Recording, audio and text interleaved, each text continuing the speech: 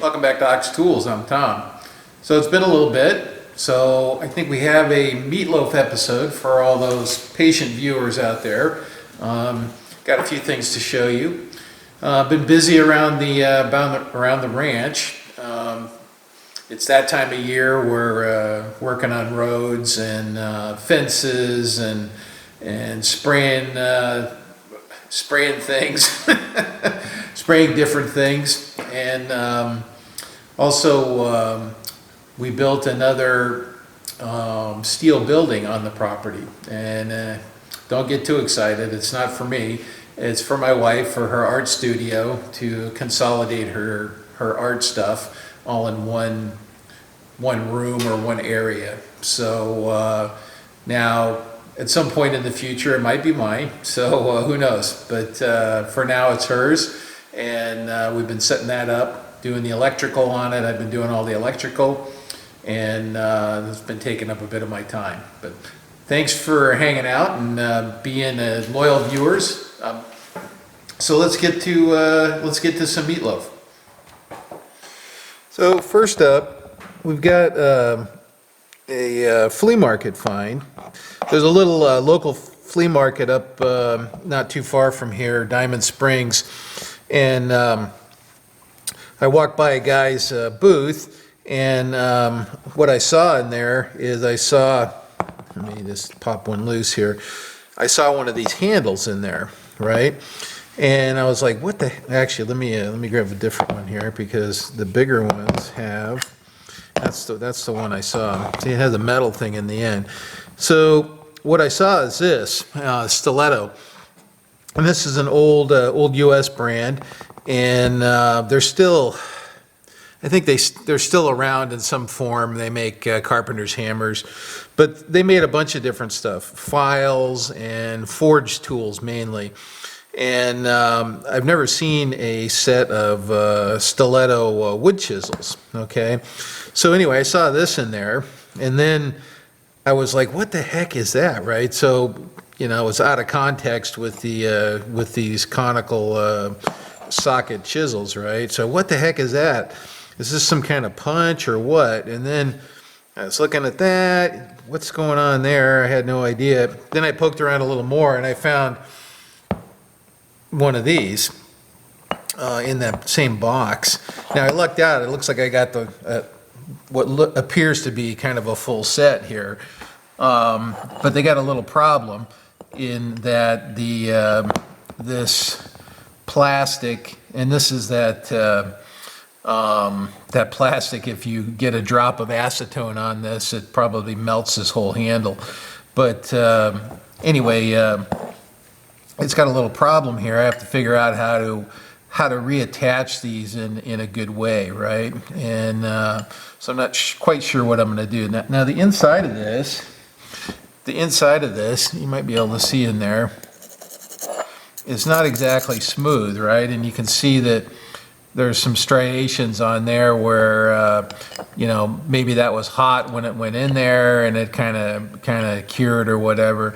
It's probably going to be some kind of epoxy or something like that, or maybe a urethane adhesive that will bond to the steel real nicely, and have just the tiniest amount of flex.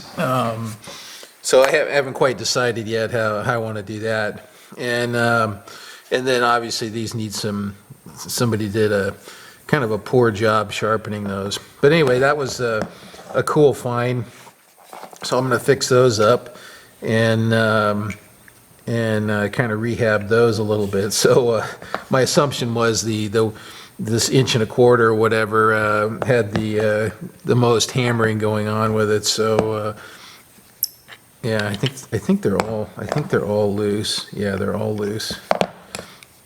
Yeah, they're all loose. So anyway, that's coming up. Anyway, cool little stiletto wood chisels.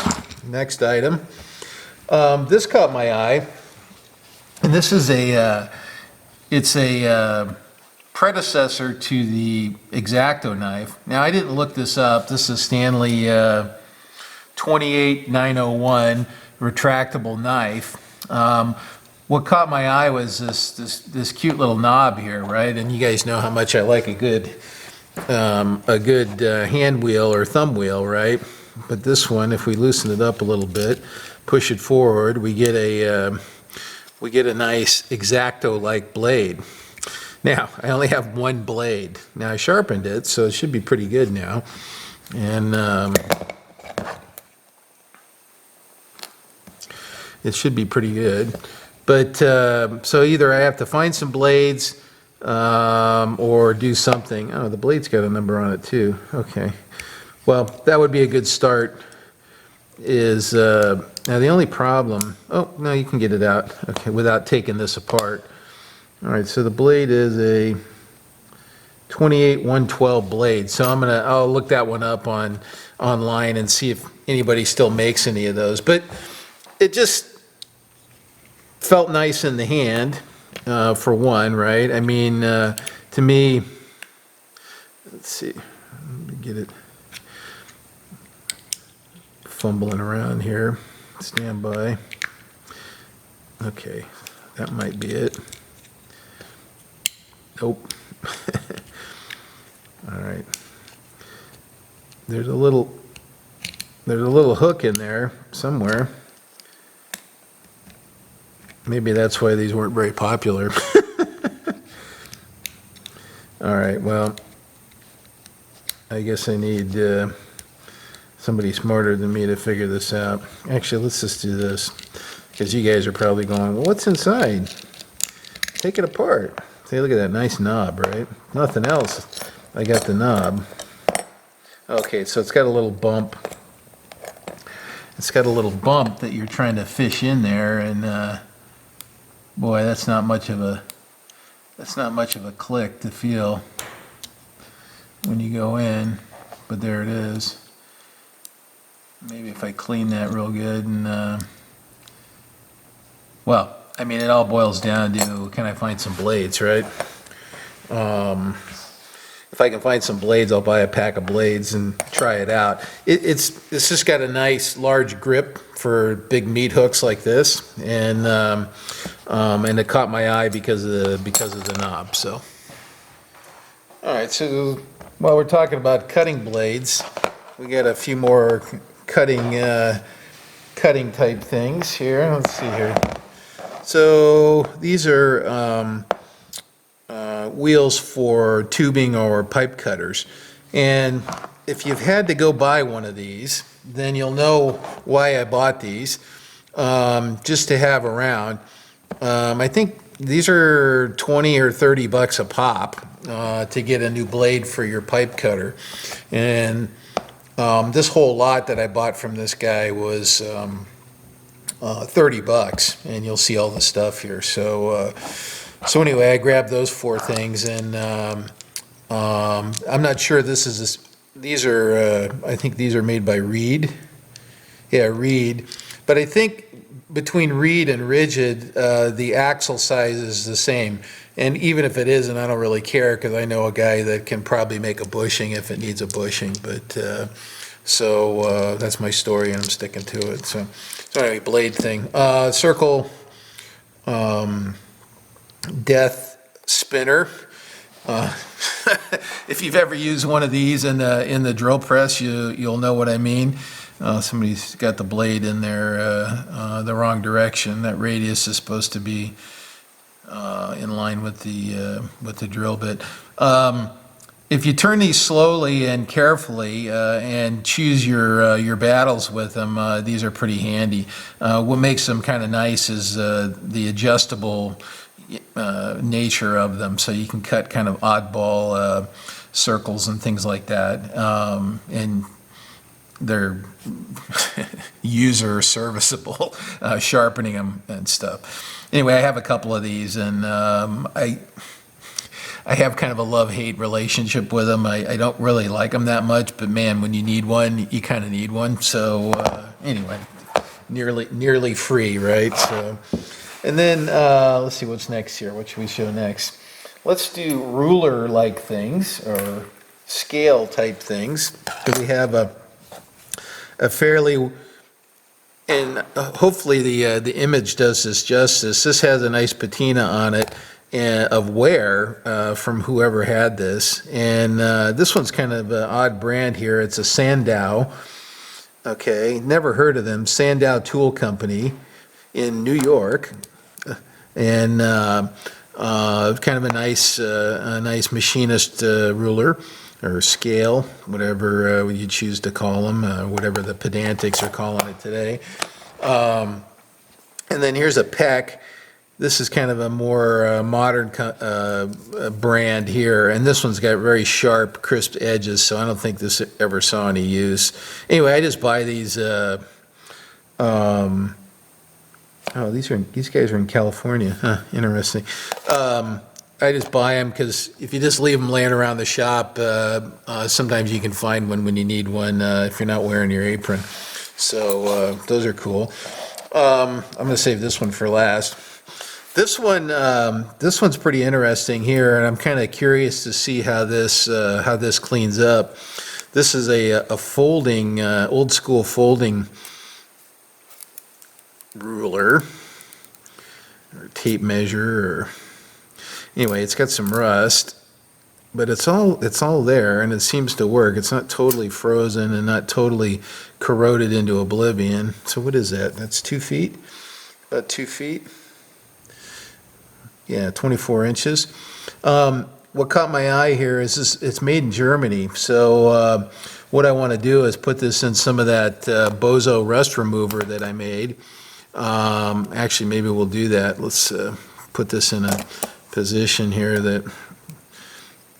So I'll go get a tray and I'll put some of that rust remover in it and leave it in there for a half hour or so, and we'll see what this looks like. So we'll do that in a minute. Now this one's pretty cool here. So this is a taper gauge here, and these are kind of. Let's see if I can demo this somehow. Maybe this will work here.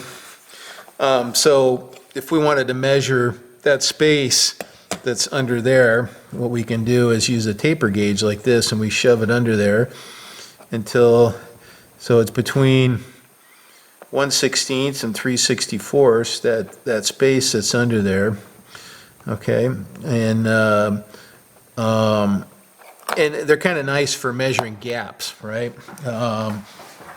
You know, like in your woodwork, or at least in my woodwork, at least, you know, this might not be thick enough, but for us metal workers, gone woodchuck. Anyway, I'm joking, but it's nice for measuring little gaps, and if you want to shim something or whatever, and you can use them as makeshift shims too, you know, because they're nice and tapered, and you can go underneath something and then kind of hold something and wedge it into place. Now this one, it's got a maker mark on it, but I cannot read that. So I need you guys' help, and maybe somebody will recognize it. It says calibrated by blank, okay? And I'm going to show a image on the screen I took through the microscope of the name on that, the maker or the calibrator's name, and maybe somebody out there will recognize that. I couldn't, it didn't make any sense, and I wrote down what I thought it was. I did a little web search and I came up dry. But maybe you guys, you internet sleuths out there, can sort that out, and we can figure out who this came from. So let's do that right now.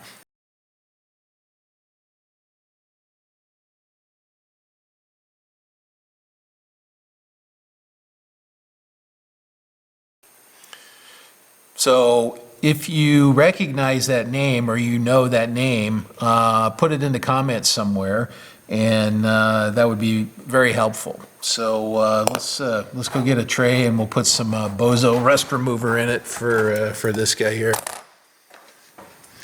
All right, so we got a little tray here, and I got some of my Bozo's rust remover here.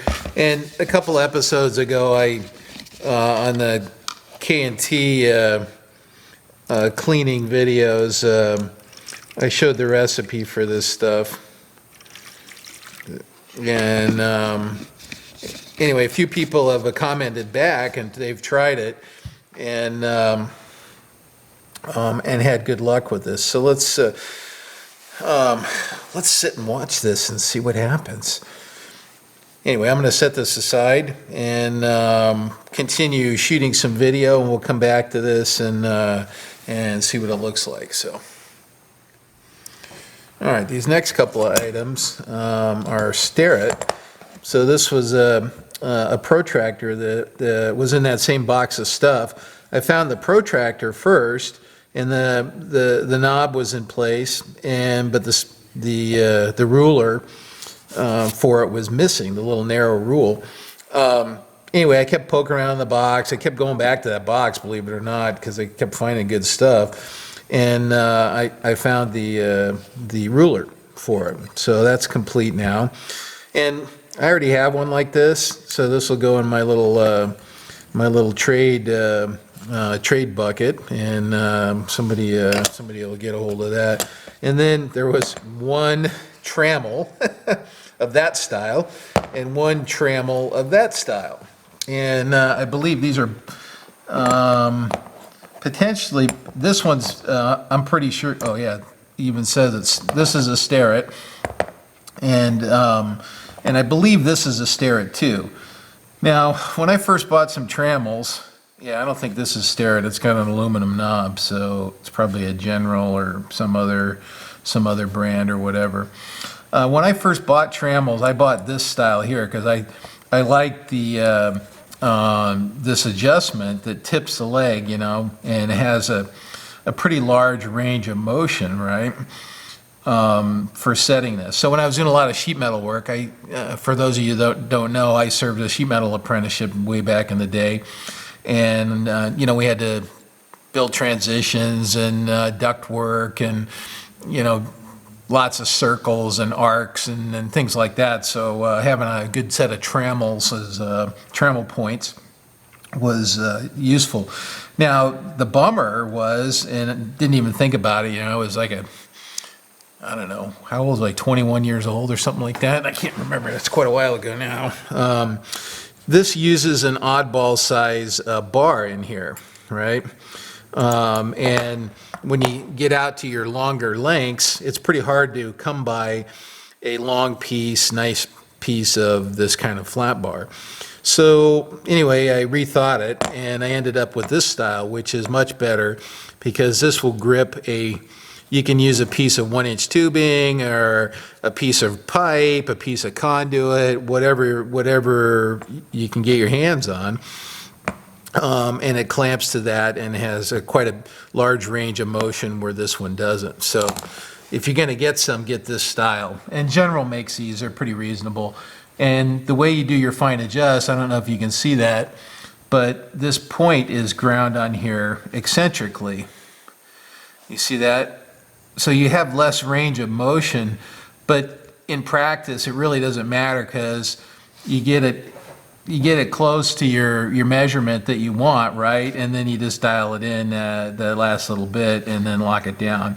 And it's plenty of range. So in hindsight, this is the superior style, in my opinion, of trammel points. And then the other thing is, I believe, oh, this one's pretty stiff here. Let's give it some liquid love there. Maybe it'll, oh yeah, God, it's amazing how that works, right?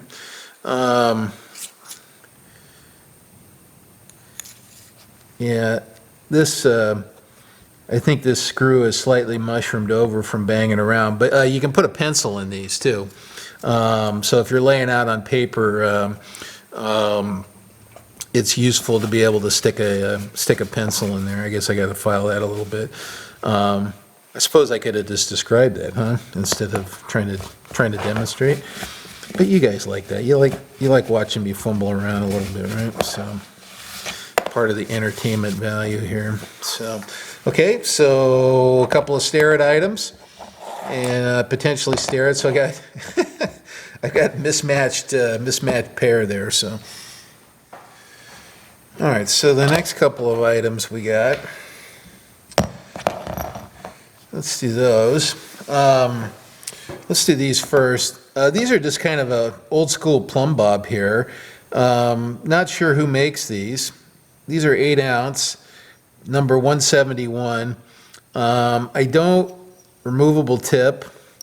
And I think I repaired one of these on video, I don't know, a couple of years ago, and made a new tip for it, because I looked in my drawer where I have my plumb bobs, and guess what? There's one in there, and it has a new string on it and everything, right? So there's two alike, and they're kind of nice because they're weighted, and it's just a pleasing shape. I love these little ribs. Oh, that one's, oh, okay, it's just loose. I love these little ribs here. I don't think they perform any purpose.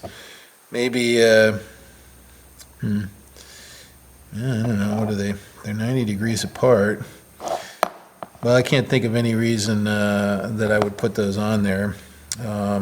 Anyway, needs a couple of strings, and those are off, good to go there, right?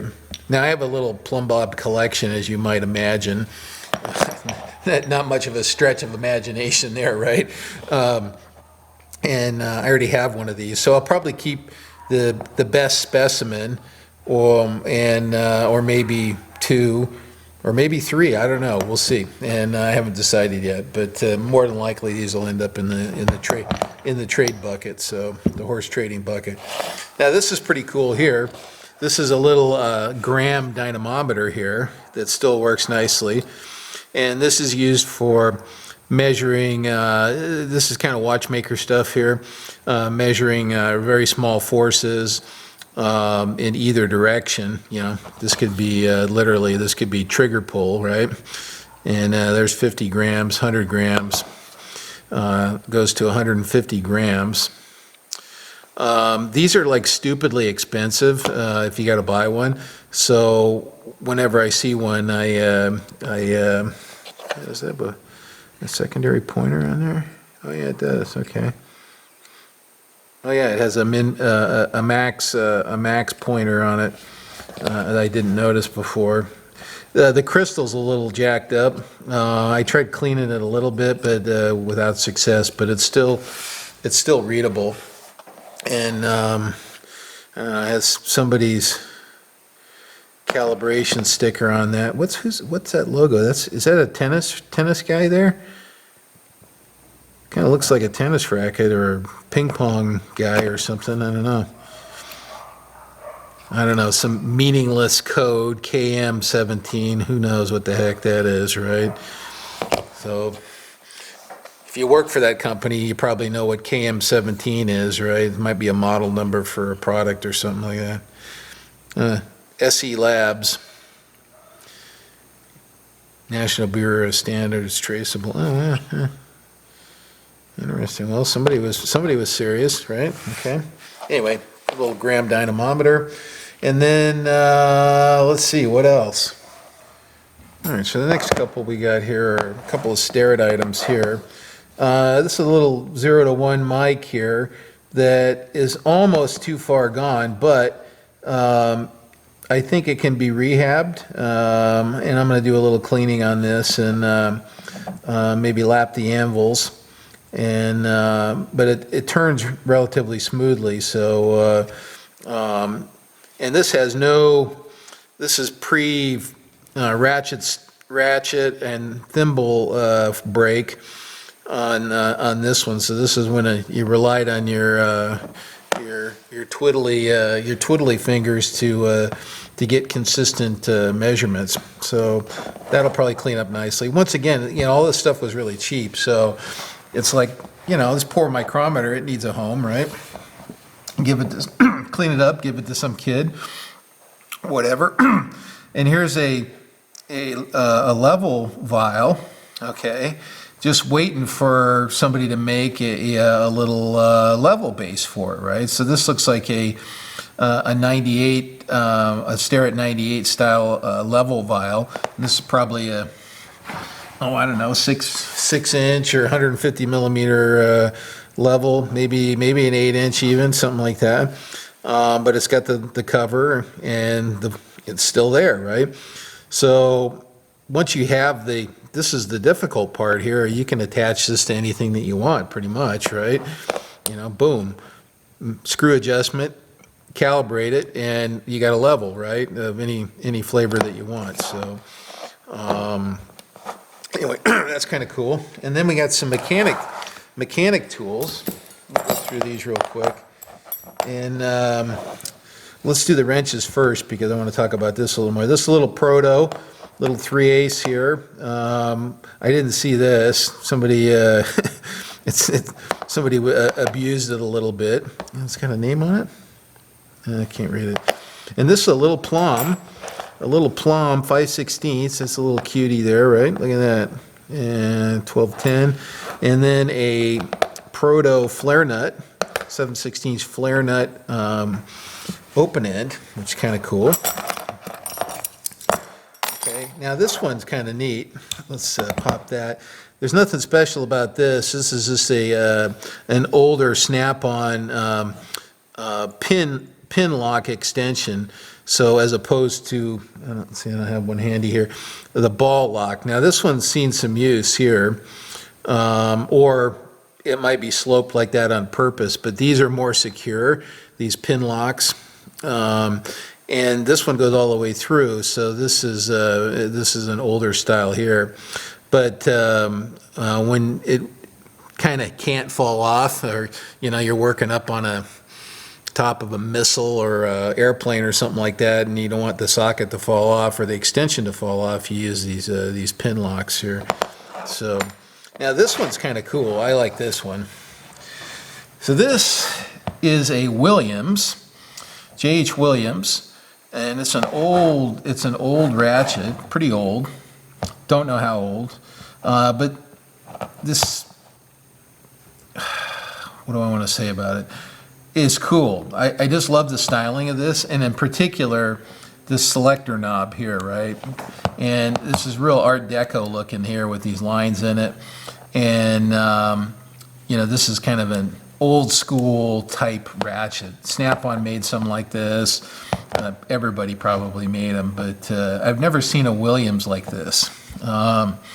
Anyway, kind of a nice ratchet. It was a little stiff, and it's, it's a little wagged out, right? Do I want to mess with this? I don't know. But I just love the little switch. My dad had Craftsman that had the little, it wasn't a tiny little lever. It was like a fan, right? My recollection, it was kind of like a fan, right? And that was the selector lever, which kind of reminds me of that. And he's probably still got them. And actually, I'll have to look. I'll see him next week. But anyway, I just kind of fell in love with this ratchet and the styling. It was all gunked up. I cleaned it a little bit and blew some lube down in there just to get it so that I can move this and play around with it. But just an interesting piece. So this next one is a mechanical curiosity kind of a thing.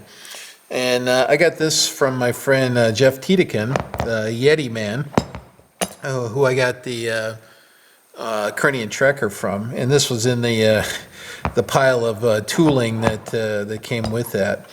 And it's kind of an interesting thing. So it's got an Acme screw, right? And as we spin the thing, it advances the Acme screw.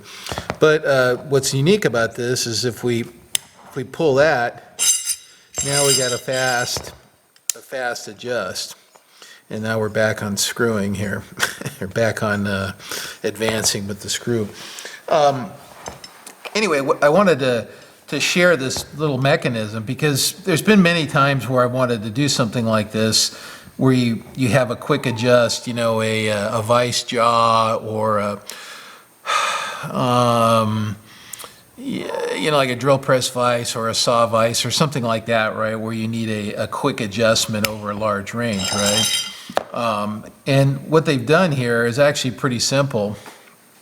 So I'm going to just point out the design details here, right? So they got a ball, right? There's a ball, and the ball's on a spring, okay? So it's just oh, it's two balls, okay, never mind. So with a spring between them, okay? And then it has a hole for a detent for the spring, okay? So if we click that through, you can see the ball through the hole there, right? It's in the hole, right? This screw here, what I'm imagining, I haven't taken this apart, is that there's a small slot in this, and this just keeps the whole mess from falling apart, okay?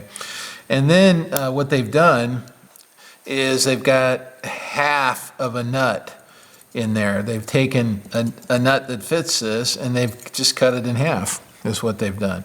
So when you retract it, this hole is clearance for that, so you can slide that, and then when you want to engage, you just snap that in, and now that screw can bear against the pocket on the inside, right, and advance and actually take some load. So it's kind of a quick, well, a relatively easy to recreate releasable screw, right? And who knows what you'd use it for, okay? Only your own minds can imagine what you might use that for or have a need for. I did something similar on my Marvel saw for backing up the vise to keep the jaw from tilting, right? So that the jaws stay parallel. So when you clamp something, with a screw that's pushing in the middle, if you just are grabbing onto a small amount here, what tends to happen is the jaw cocks, right? So what I did was I put something like this on the other side so that the jaw stayed parallel. It had a support on this end that was adjustable. My friend Chuck Bomberito took that idea and he actually, I think he did the same thing on his saw. He used that same idea, but this is actually a superior way, a cooler way to do that. And it's got a cute little knob. Now, what this was, so some people may recognize this. This is actually off of a do-all saw, and what it is there's a hole in the table on some saws, and you drop that in the hole, and now you have the ultimate pusher here, where you can push your, let's say you want to feed this through the saw, right? And so now you just wind the screw, and then it advances your piece with authority. Let's just call it that. Advances your part with authority, and then you can easily move it around to position it wherever you want, so you don't have to sit there and fumble around with the screw for a half an hour to get up there. But anyway, I'm going to keep this in my mechanical library, just as a reminder of if I need something like that, I can easily duplicate that. So anyway, kind of cool, right? All right, so this next one, I need a little bit of help from you guys. I got this at a flea market or a garage sale, and it's some kind of puller, okay? But I don't know what it's for. So let me describe some of its features here. There's a bearing in here, a thrust bearing. When I push on it, it's very low friction. This is a 1032 right-hand thread, okay? So what I'm assuming is it's some kind of pulling device, okay? Because we have a right-hand thread here, and then we have a left-hand thread here, okay? So that they're kind of counteracting each other. And then we have a way to hold this whole mess while we're turning it, right? So this bears against, I don't know, so something like that, and then reaches in there, and now we can, by tightening that, we're pulling, right? You see that coming back, and that's left-handed thread there. So no markings on it, no nothing, don't know what it came off of, but all I know is for whatever I paid for that, $1 or 50 cents or whatever it was, I wouldn't want to make that if I needed a 1032 puller, or I mean, looking at this thing, it's pretty sturdy. It's got a pretty good bearing in there. So I could imagine this being a pretty studly little puller. So maybe it's, you know, when I was a kid, I had a little YZ80 motorcycle, Yamaha, and it had a little puller for the flywheel, the magneto flywheel. Anyway, it was the thing makes Sparky go, right? And there was a little threaded puller that went on there, and you pop that off so that you could take the engine apart and split the cases and do all that stuff. But it wasn't quite like this. It was a similar size. That's the only reason it reminds me of that. So anyway, so if anybody knows what that's for or points me at a link as to how this is used or something, that would be really cool, so that I could at least talk about it mildly intelligently. So it looks like, so it's got a set screw there too, so maybe these arbors are changeable. It's possible this is for maybe those rivet nuts. Actually, that would make some sense, right? Those riv nuts that you put through sheet metal so that you can form a female thread in there. So this threads into the back of the riv nut, and then you pull this up and it collapses it, and it forms a washer on the back side of the sheet metal. So this sort of looks like that kind of a thing too. So that might be what that is. But the conical thing's got me confused. Okay, so that's that. Then we got a Craftsman, old Craftsman slide hammer, and this is the one that you know, you can put a sheet metal screw down in there, and it's even got a screwdriver bit thing in the end to tighten the screw in. But you know, I have some slide hammers, but none with a thing this small. So this came home with me, followed me home, and goes in the slide hammer drawer with the others. This next one's kind of neat in that what it is it's an old counterbalance, and it's like I think it's a tool counterbalance. And once again, it's just a mechanism study here, right? So we've got a reel that's got some very, very small cable on it, and then we have a constant force spring, okay, that's energizing this spool here. And what's neat about constant force springs is that they have a long range of travel, right? So this is, it's got even more. This is probably about 6 feet of travel, and the force is relatively uniform over the full length of that. And so what you would use these for is you'd hang them from the ceiling or over a workstation, and a tool that that you use very, very frequently that has some weight to it, that, you know, basically would tire you out over the course of a workday. This takes some of that weight off of there, so basically kind of neutralizes, gives you neutral buoyancy almost of the tool, so that you just grab it and it's basically weightless when you use it. And you see this a lot in production assembly kind of things or whatnot. But it's also, I think what I'm going to use it for is when I build my new electric grinding centers, is I may use this as a constant force on the moving tailstock that supports the shaft, but you know, it supports the shaft between centers so that we have a constant spring pressure against the center. I've been wanting to build that and thinking about how I wanted to do the spring mechanism on that. So this might be a cool way to do that. So this would, you can route this cable out of the way somewhere convenient, right?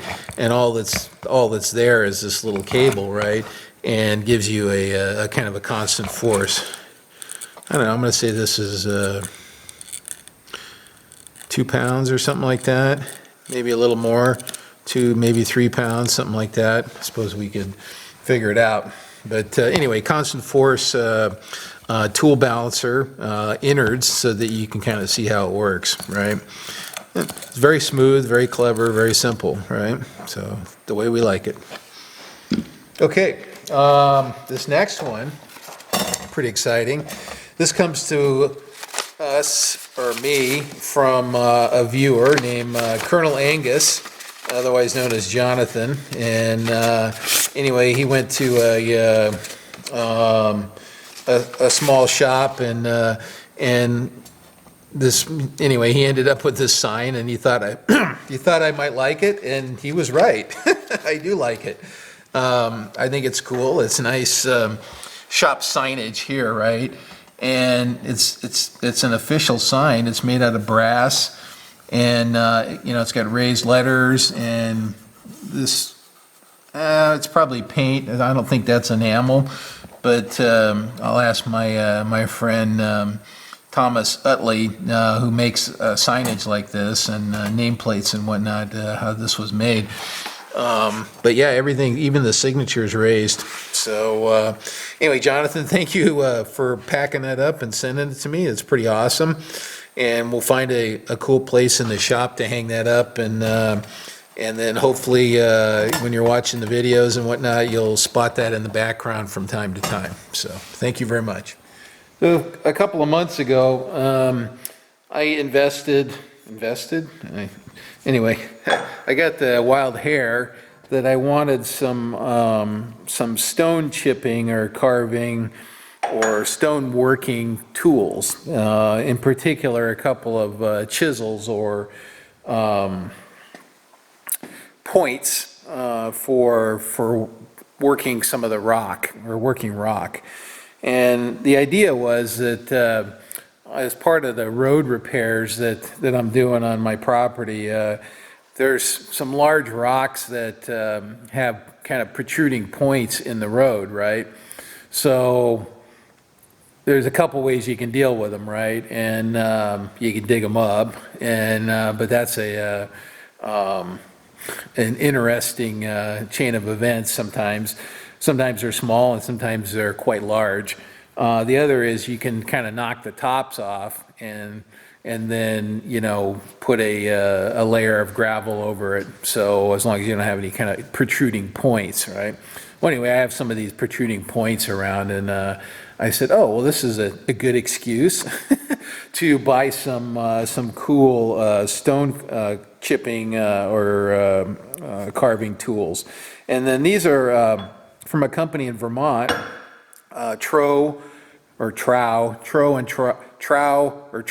Holden, and it's an old-timey Vermont stone cutting tool maker, and out in Vermont, I guess they got a lot of rock in Vermont, and but anyway, they still make these tools.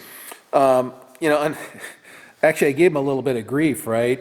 Because this is their idea of branding, right? It's got the part number in gigantic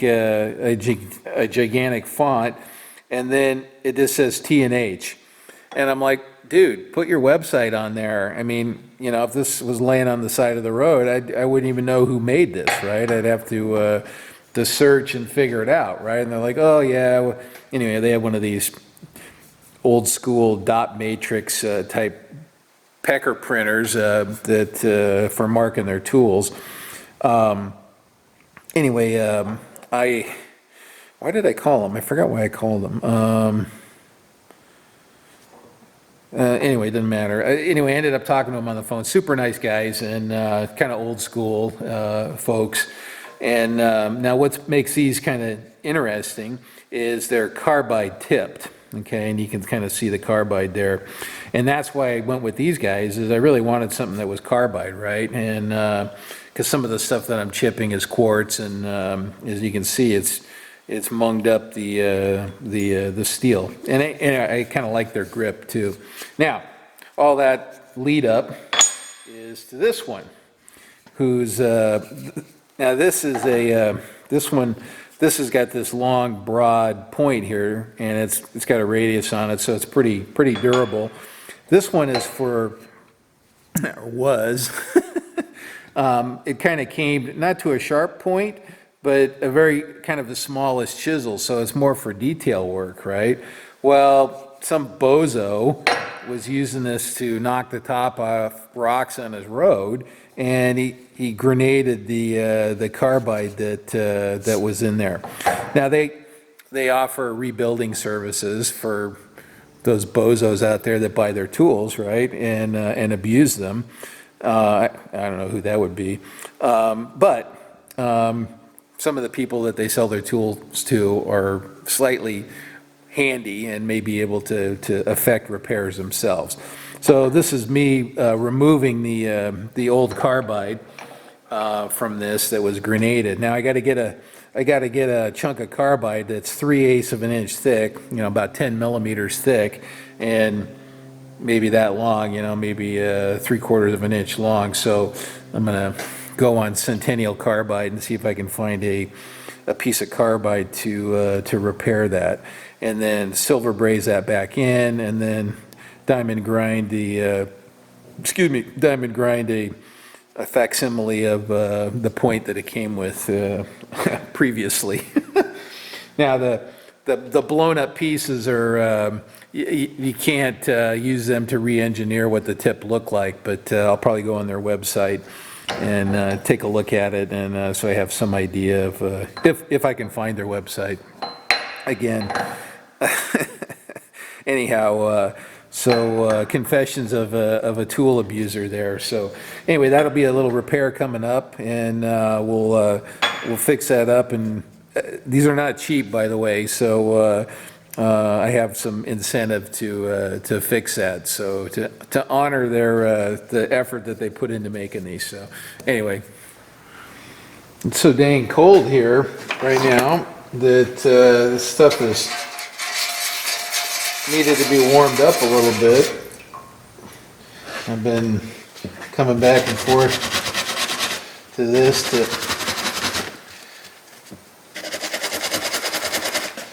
kind of clean it up, help it along. It's starting to look pretty good though. Let me rinse it off. Good.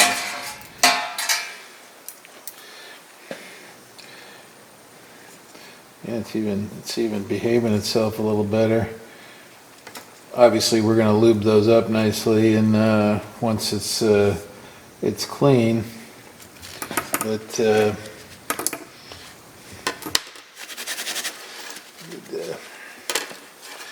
get rid of that.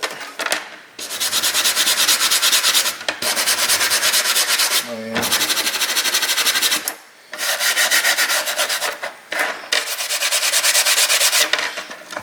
It's working pretty good. All right, back in the juice. Yeah, that thing, I think it's going to clean up pretty good. We'll all right. Stay tuned. All right, let's take a look at this thing.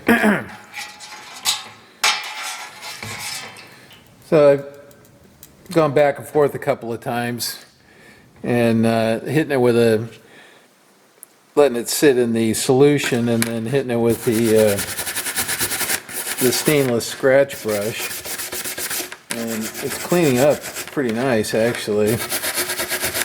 I'm reasonably happy with with how it's coming out here. Obviously it's never going to be as good as it was when it was brand new, but I gotta rotate it to catch those little bits that are in the shadow there.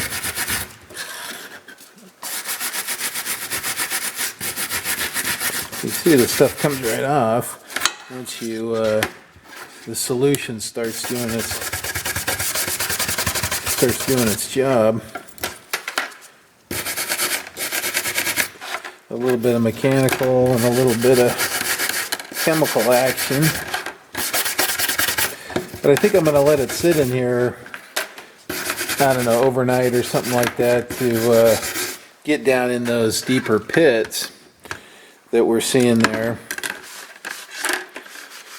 You know,